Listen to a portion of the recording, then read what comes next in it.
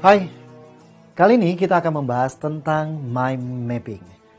Kita lihat dulu kenapa mind mapping sangat-sangat powerful. Karena mind mapping mencatat dengan cara yang sesuai dengan cara kerja otak kita, yaitu berpikir secara radial. Selama ini kita mencatat dengan cara konvensional, kita menggunakan pendekatan yang linear.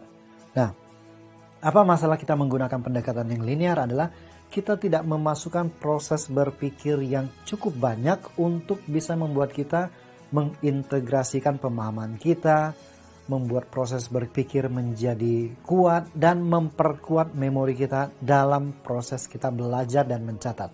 Nah, karena mind mapping menggunakan kedua otak kita, kita akan melibatkan otak kiri dan otak kanan, mempelajari hal otak kiri dengan cara-cara otak kanan. Oke, nah kita lihat mind mapping adalah cara mencatat yang bukan linear. Ini menggunakan kedua otak kita. Dan elemen-elemen penting dalam mind mapping pertama adalah central idea kita. Apakah itu judul buku Anda atau judul bab? Jika Anda menggunakan mind mapping dan sistem baca kilat untuk mempelajari buku akademis, maka Anda akan membuat ini adalah judul bab. Karena Anda akan membuat satu bab dalam satu mind mapping. Sedangkan kalau Anda membaca buku pada umumnya, buku-buku umum, buku pengembangan diri, ini bisa menjadi judul buku dan satu mind mapping bisa berisikan ringkasan hal-hal penting. Anda mencatat hal-hal pentingnya ke dalam satu buah mind map. Oke? Nah, elemen kedua yang ada di mind map adalah cabang yang bebas mengalir begitu saja, sebebas-bebasnya. Dan gunakan cabang yang melengkung, tidak menggunakan cabang yang lurus-lurus. Karena cabang yang lurus akan lebih memicu otak kiri. Kita ingin lebih banyak memicu otak kanan kita. Kemudian gunakan kata kunci. Jadi bukan kalimat yang ditulis, tapi kata kunci yang ditulis. Sebisa mungkin satu garis Anda masukkan satu kata kunci. Jika tidak bisa satu kata kunci, dua kata kunci. Nah, kalau kita bahasa Indonesia, mungkin kadang-kadang kita masih perlu 3 kata kunci. Tapi lebih baik kita pecah itu menjadi 2 cabang. Oke, jadi cabang satu kata kunci dan satu kata kunci lagi.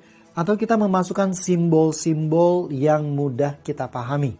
Oke. Kemudian gunakan warna. Kita lihat di sini ada 3 warna yang berbeda. Setiap Anda memulai cabang yang baru, gunakan warna yang berbeda. Karena kita ingin mengelompokkan informasi dengan otak kanan kita.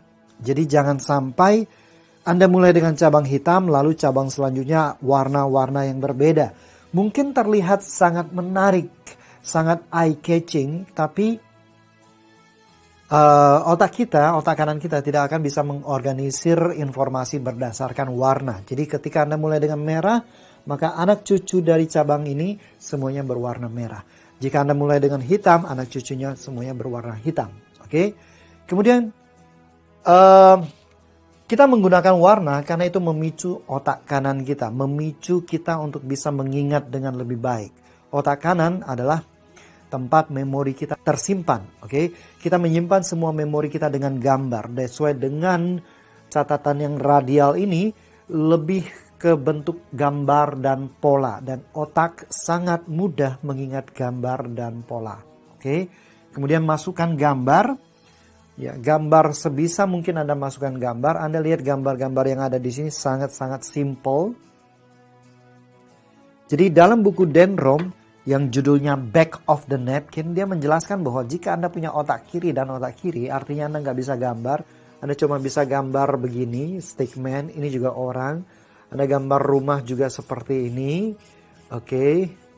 Nah, ini tetap gambar dan ini tetap memicu otak kanan Anda. Jadi sebisa mungkin Anda selalu melibatkan adanya gambar di dalam setiap mind mapping Anda. Gunakan simbol. Simbol ini Anda perlu sepakati pada diri Anda. Jika Anda menggunakan simbol ini artinya apa? Jika Anda menggunakan simbol ini artinya apa? Jika Anda menggunakan simbol ini artinya apa? Jadi jangan sampai sebentar Anda menggunakan simbol ini untuk arti A, kemudian Anda menggunakan simbol ini juga untuk arti B. Jangan, Anda gunakan simbol yang satu untuk satu makna yang sama saja. Oke? Kemudian Mind mapping bisa digunakan untuk apa aja? Untuk personal growth, Anda bisa merancang goal setting Anda bisa membuat life plan Anda dengan mind mapping. Kemudian Anda bisa untuk mempresentasikan. Seperti saya sekarang, saya mencatat hal-hal penting tentang mind mapping untuk dipresentasikan kepada Anda. Oke. Kemudian Anda bisa menggunakan mind mapping untuk menulis. Anda ingin mengorganisir semua ide-ide Anda ke dalam bentuk tulisan, mulai dari gambaran besarnya, detailnya, semakin detail semakin bagus. Dengan Anda membuat mind mapping sebelum Anda menulis, Anda akan bisa menghasilkan tulisan yang sangat padat dan sangat bagus flow-nya serta memberikan dampak yang sangat efektif. Oke. Kemudian Anda juga bisa menggunakannya untuk project management. Oke. Elemen-elemen apa aja yang perlu Anda perhatikan, bagaimana memanage sebuah project, bagaimana langkah-langkah menyelesaikan project itu, deadline-nya kapan, semuanya Anda bisa masukin ke mind mapping. Kemudian Anda juga bisa membrainstorm. Ada idea apa, Anda brainstorm keluar untuk mengorganisir ide-ide Anda, membuat ide-ide Anda bekerja mendukung satu sama lain atau mewujudkan ide menjadi sebuah keutuhan yang komplit sehingga Anda bisa mengaplikasikan ide itu. Alright? Anda juga bisa mencatat meeting atau Anda juga bisa mencatat lewat sedang kuliah, sedang mengikuti seminar, Anda mencatat dari mendengar. Ini juga sangat efektif dengan mind mapping. Atau Anda bisa mengorganize to-do list Anda dengan mind mapping. Anda bisa mengelompokkan, oke, ini pekerjaan tentang A, ini pekerjaan tentang proyek B, apa aja yang harus dilakukan, bisa menggunakan to-do list. Kemudian yang paling sering kita gunakan adalah untuk mencatat. Mencatat secara radial akan memberikan dampak pada memori yang sangat dalam dibanding dengan proses linear. Kenapa? Karena proses berpikir. Hal yang paling fundamental yang membedakan antara catatan linear dengan catatan radial adalah proses berpikir yang Anda gunakan. Semakin banyak proses berpikir yang Anda gunakan, maka akan semakin berkualitas memori Anda. Oke? Nah, ini adalah aturan sederhana membuat mind map. Dan sekarang kita akan membuat sebuah contoh mind mapping yang sederhana. Dari sini Anda akan tahu bagaimana membuat mind mapping yang sangat simple. Lalu Anda bisa mendapatkan berbagai contoh mind mapping, contoh definisi, contoh bullet list di cheat sheet yang bisa Anda download di bawah video ini. Oke, sekarang kita lihat dulu bagaimana membuat mind mapping yang sederhana. Mari kita ambil sebuah contoh yang sederhana. Misalkan Anda ada sebuah kalimat, Budi bermain bola. Budi bermain bola. Di sini ada 3 suku kata. Oke, 3 suku kata. Menurut Anda, 3 suku kata ini kata mana yang harus diambil menjadi kata kunci utama? Apakah Budi, apakah main, atau bola?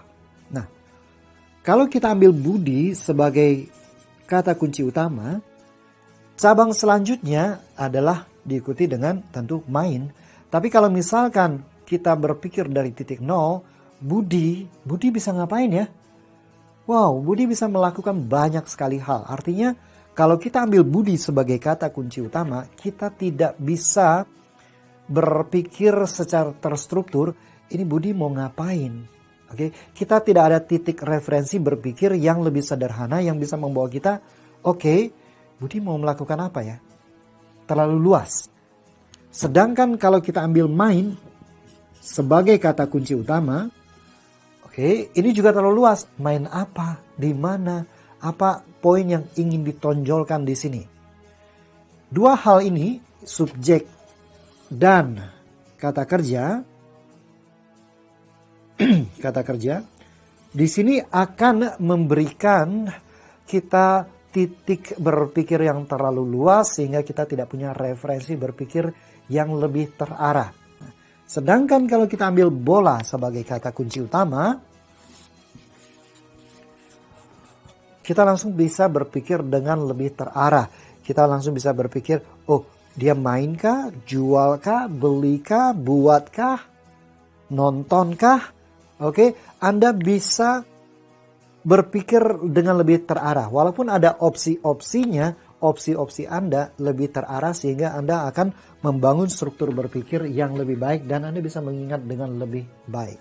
Jadi, kata kunci yang menjadi kata kunci utama di sini, rule of thumb-nya adalah kata benda. Oke, dahulukan kata benda, sebisa mungkin dahulukan kata benda, karena kata benda akan mengacu Anda pada proses berpikir yang lebih terstruktur. Nah, tapi yang saya ingin Anda ingat adalah dalam membuat mind mapping, tidak ada konsep benar atau salah.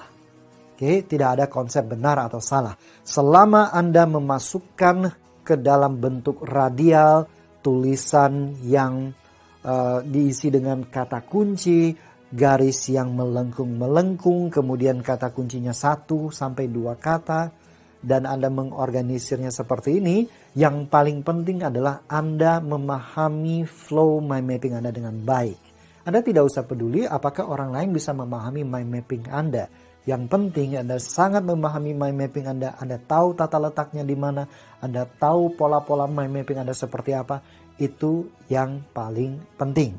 Jadi jangan berpikir bahwa harus bikin mind mapping yang menurut orang lain benar. No, yang menurut Anda mana yang paling baik, yang bisa membuat Anda paham, gunakan itu. Jadi misalkan Anda merasa, oke, saya sudah bikin mind mapping, dan ternyata bab 2 saya nggak perlu bikin mind mappingnya. It's okay. Misalkan Anda merasa bahwa bab 3 dan bab 4 itu ada kaitannya dan Anda ingin menggabungkan ke dalam satu cabang. Oke nggak? Oke juga, yang penting Anda paham. Lalu Anda berpikir ada kaitannya antara bab 8 dan bab 10, lalu Anda tarik garis yang menghubungkan bab 8 dan bab 10, atau Anda membuat bab 8 dan bab 10 itu sama warnanya. It's okay? Yes, yang penting Anda memahami. Jadi tidak ada konsep benar atau salah dalam membuat mind mapping. Yang penting Anda bisa memahaminya, Anda bisa menjelaskan kembali, Anda bisa menggunakan mind mapping Anda secara optimal. Alright? So, Anda tinggal download cheat sheet mind mapping. Anda bisa menemukan contoh-contoh mind mapping untuk definisi, untuk bullet point, dan lain-lain. Sehingga Anda bisa membuat mind mapping lebih baik lagi. Oke? Nah, lalu ada pertanyaan. Mana yang lebih baik? Membuat mind mapping menggunakan tulisan tangan atau software? Oke? Dua-duanya baik apa adanya. Nah, tentu lebih unggul menggunakan tangan. Kenapa? Karena kalau Anda mencatat secara manual mind mapping Anda memiliki memori fisik dan Anda juga mengenal pola-pola yang sangat baik. Anda bisa membuatnya dengan sangat baik. Dia punya dampak memori yang lebih besar dibandingkan dengan software. Kelemahan menggunakan tangan adalah Anda harus mengorganisir hasil mind mapping Anda ke dalam sebuah buku, atau Anda memang membuatnya ke dalam sebuah buku atau map atau apapun untuk menjaga mind mapping Anda tidak hilang. That's it, oke? Sedangkan menggunakan software itu adalah untuk alasan efisiensi. Saya personally dua-duanya saya pakai, tapi saya lebih cenderung menggunakan software. Kenapa? Karena lebih mudah bagi saya untuk mengorganisir dan menyimpan semua mind mapping saya. Oke, ini preferensi masing-masing, tapi kalau ditanya mana yang paling bagus, tentu mind mapping yang kita bikin manual. Oke, nah kita gunakan mind mapping ini adalah untuk mencatat hal-hal penting yang sesuai dengan tujuan kita dari buku yang kita baca kilat. Jadi hasil memindai menjelajahi Anda masukin ke dalam mind map. Apakah Anda memasukkannya ke dalam satu cabang dari 2 bab atau satu cabang 1 bab, itu terserah Anda. Yang penting Anda memahami dengan sangat baik apa yang Anda masukin ke dalam mind map.